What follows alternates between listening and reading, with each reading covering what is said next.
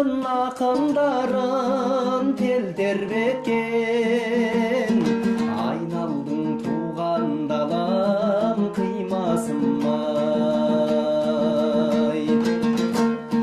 Көктоғайым, көктек-айым, аяңнан алыстардай,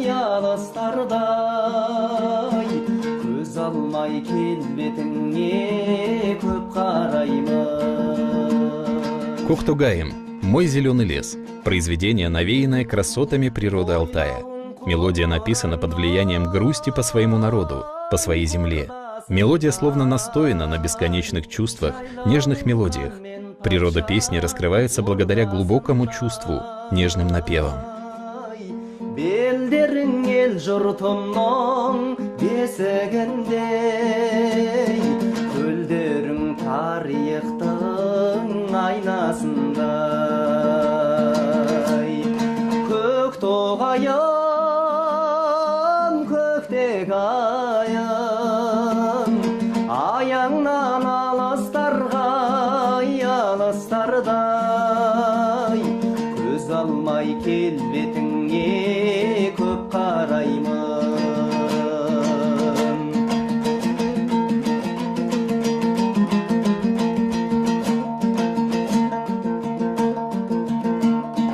Көктемің көркемдіктің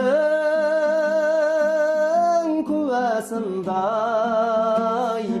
өктемін ертісіңнен туатындай, асылды алтын толы атырабың, қалдырған бабалардың мұрасындай.